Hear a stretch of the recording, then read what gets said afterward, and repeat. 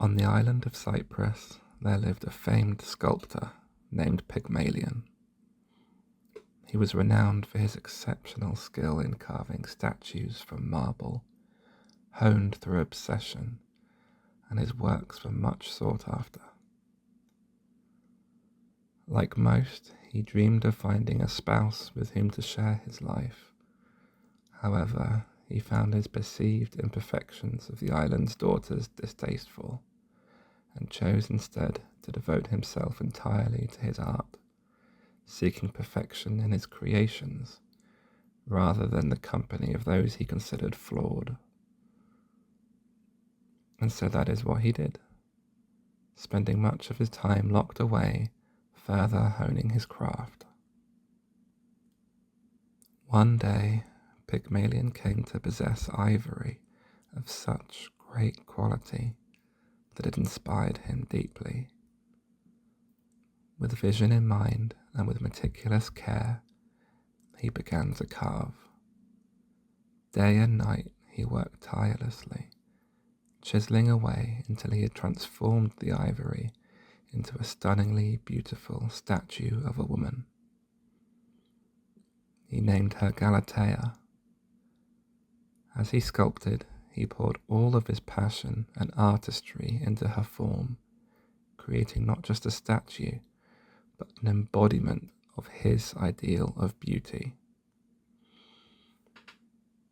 The statue had a perfect physique, exquisite facial features, and an expression that seemed almost alive. And as he formed her, he imagined what kind of gracious, intelligent, kind woman she would be. Pygmalion was entranced by his creation. He spent hours admiring her, dressing her in fine garments, and placing her in a beautifully adorned alcove in his workshop.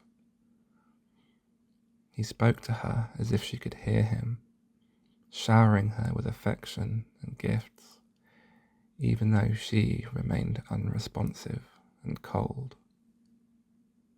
As time passed, Pygmalion became increasingly lonely in the shadow of Galatea's beauty, and in the image of the personality he created for her that seemed so tantalizingly close, but always out of reach. He longed for companionship and felt a deep emotional connection to the ivory woman.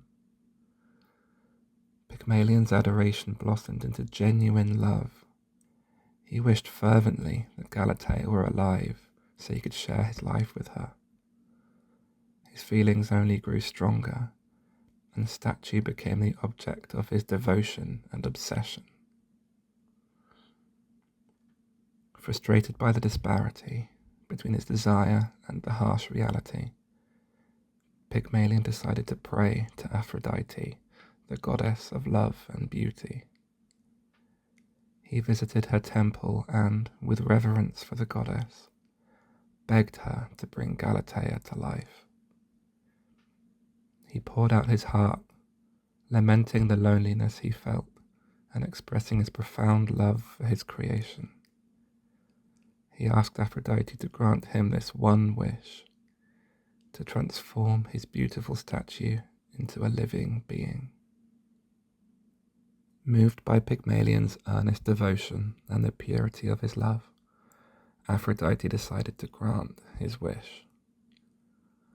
That evening, as Pygmalion returned home, he approached Galatea with a heavy heart, feeling what had become a familiar concoction of hope and despair. He touched her cheek, but where he was used to feeling only cold ivory, this time he felt warmth beneath his fingertips. He kissed the statue's lips, and he found them to be soft. Galatea began to stir, her ivory transforming into flesh. With a gasp of joy, Pygmalion realized that his wish had been fulfilled. Galatea opened her eyes, and for the first time, she smiled at him. He was overwhelmed. His hand had created this vision of beauty, But now to see her come to life as a gift from the gods, his whole world had changed. Galatea looked around, bewildered by her newfound life. Pygmalion embraced her, and the two soon began to share their thoughts and dreams with one another. They found connection swiftly and easily, and their souls began to intertwine. He marveled at how she was not just a reflection of his artistic vision, but a fully realized person with her own feelings, thoughts, and desires. What's more, she was just as he imagined she would be, as beautiful of character and of soul as she was of flesh. As the days passed, Pygmalion and Galatea fell deeply in love. They celebrated their union with joy, and Pygmalion introduced her to the world. The couple became known throughout Cyprus, and their story of love inspired all those who witnessed it.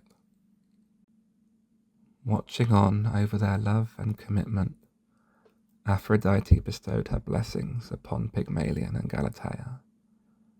She admired their bond and did all she could to allow it to flourish. The goddess granted them the gift of a beautiful life together, filled with passion, happiness, and harmony. In her generosity, she also bestowed upon them a child, Paphos, who later became associated with the city named after him in Cyprus. Their home was filled with laughter, art, and the warmth of love. Pygmalion found joy in sharing his life with Galatea, and the initial disdain he had held for the people around him transformed into a deep appreciation for the beauty of humanity. And that is how the tale ends. One that endures through millennia, inspiring countless adaptations in literature, art, and theatre. And like any story, the more people like me retell it, the longer it will live.